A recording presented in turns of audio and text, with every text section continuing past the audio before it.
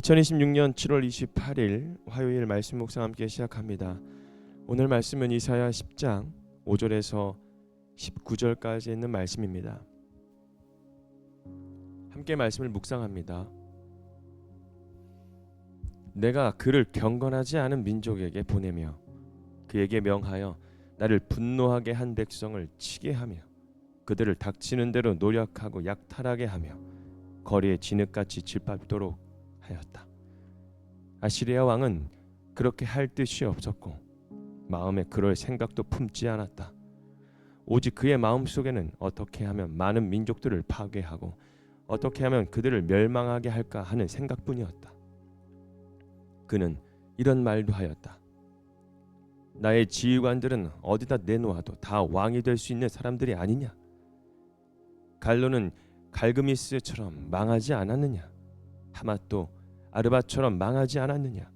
사마리아도 다마스쿠스처럼 망하지 않았느냐? 내가 이미 우상을 섬기는 나라들을 장악하였다. 예루살렘과 사마리아가 가진 우상보다 더 많은 우상을 섬기는 왕국들을 장악하였다. 내가 사마리아와 그 조각한 우상들을 손에 넣었거늘 예루살렘과 그 우상들을 그렇게 하지 못하겠느냐? 그러므로 주님께서 시온산과 예루살렘에서 하실 일을 다 이루시고 말씀하실 것이다. 내가 아시리아 왕을 벌하겠다. 멋대로 거드름을 피우며 모든 사람을 업신여기는 그 교만을 벌하겠다. 그는 말한다. 내가 민족들의 경계선을 옮겼고 그들의 재물도 탈취하였으며 용맹스럽게 주민을 진압하였다. 나는 내 손의 힘과 내 지혜로 이것을 하였다. 참으로 나는 현명한 사람이다. 내 손이 민족들의 재물을 새 보금자리를 움키듯 움켰고 온 땅을 버려진 알들을 모두 차지하였으나 날개를 치거나 입을 벌리거나 소리를 내는 자가 없었다. 도끼가 어찌 찍는 사람에게 뽐내며 톱이 어찌 켜는 사람에게 으스대겠느냐? 이것은 마치 막대기가 막대기를 잡은 사람을 움직이려 하고 몽둥이가 나무 아닌 사람을 들어 올리려 하는 것과 같지 않느냐? 그러므로 만군의 주 하나님께서 질병을 보내어 살찐 자들을 파리하게 하실 것이다. 생사람의 가슴에 불을 질러 화병에 걸려 죽게 하실 것이다. 그의 재물은 화염 속에 태워버릴 것이다. 이스라엘의 빛은 불이 되며 이스라엘의 거룩하신 분은 불꽃이 되셔서 가시나무와 찔레나무를 하루에 태워서 사르실 것이다. 그 울창한 숲과 기름진 옥토를 모조리 태워서 폐허로 만드실 것이다. 마치 병자가 기력을 잃는 것과 같게 하실 것이다. 숲속에는 겨우 몇 그루의 나무만 남아서 어린아이도 그 수를 기록할 수 있을 것이다. 아멘. 아시리아의 오만과 착각이라는 주제로 함께 말씀을 묵상합니다.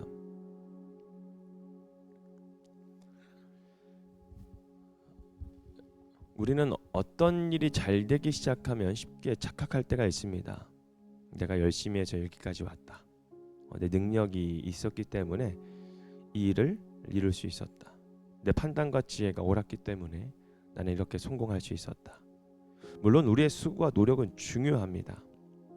그러나 오늘 말씀은 우리에게 한 가지 중요한 질문을 던지는데 내가 가진 힘과 능력은 정말 나에게 나온 것인가?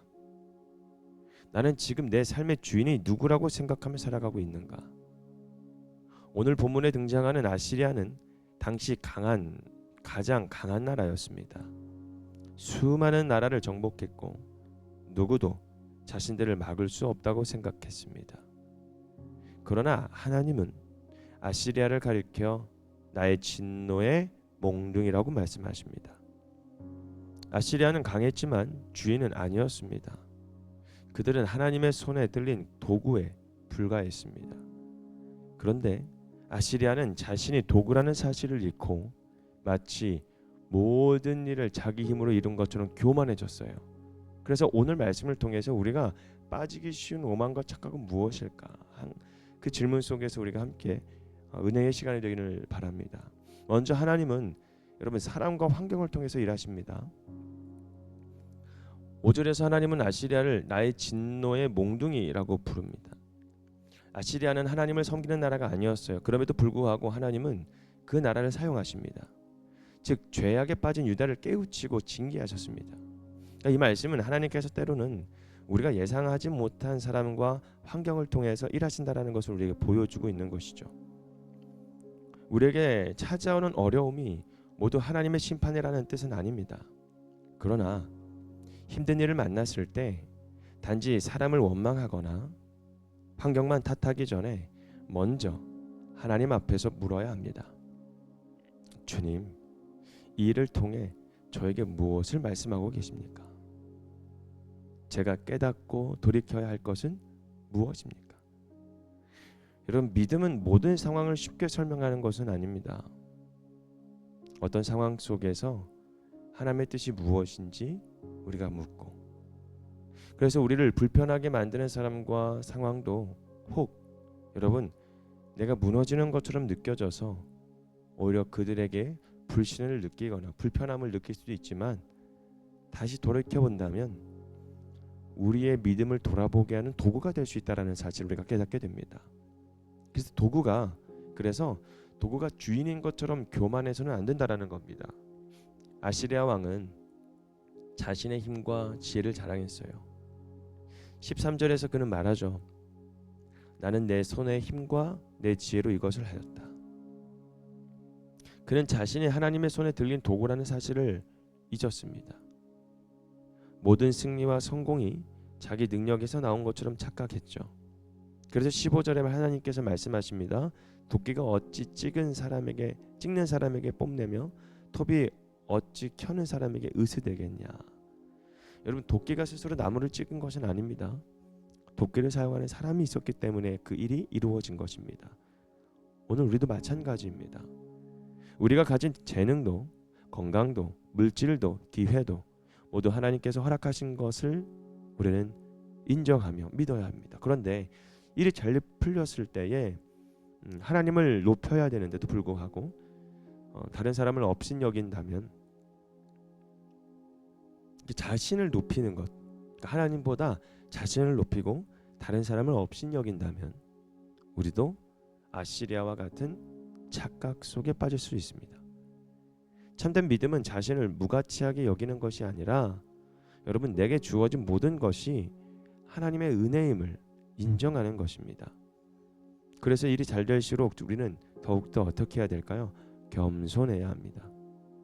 그래서 주님, 제가 잘해서가 아니라 주님께서 은혜를 주셨기 때문입니다 라는 이 고백이 우리 안에 있어야 된다는 겁니다.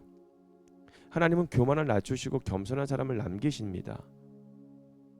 아시리아는 자신을 울창한 숲처럼 생각합니다. 강하고 풍성하며 결코 무너지지 않을 것이라고 믿습니다. 그러나 하나님은 어떻게 하셨어요?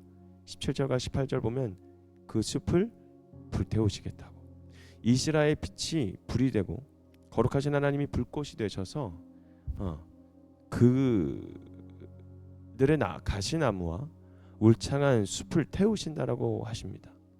그러니까 사람의 권세와 자랑은 아무리 커 보여도 하나님 앞에서는 영원하지 않는다라는 거죠. 하나님이 없는 성공은 언제나 무너질 수밖에 없습니다. 반면에 하나님은 겸손히 주님을 의지하는 사람을 붙드십니다. 그러므로 중요한 것은 내가 얼마나 높이 올라가느냐가 아닙니다. 그 자리에서 내가 누구를 높이고 있냐는 겁니다. 내 이름을 높이고 있는지, 하나님의 이름을 높이고 있는지 돌아봐야 되겠죠.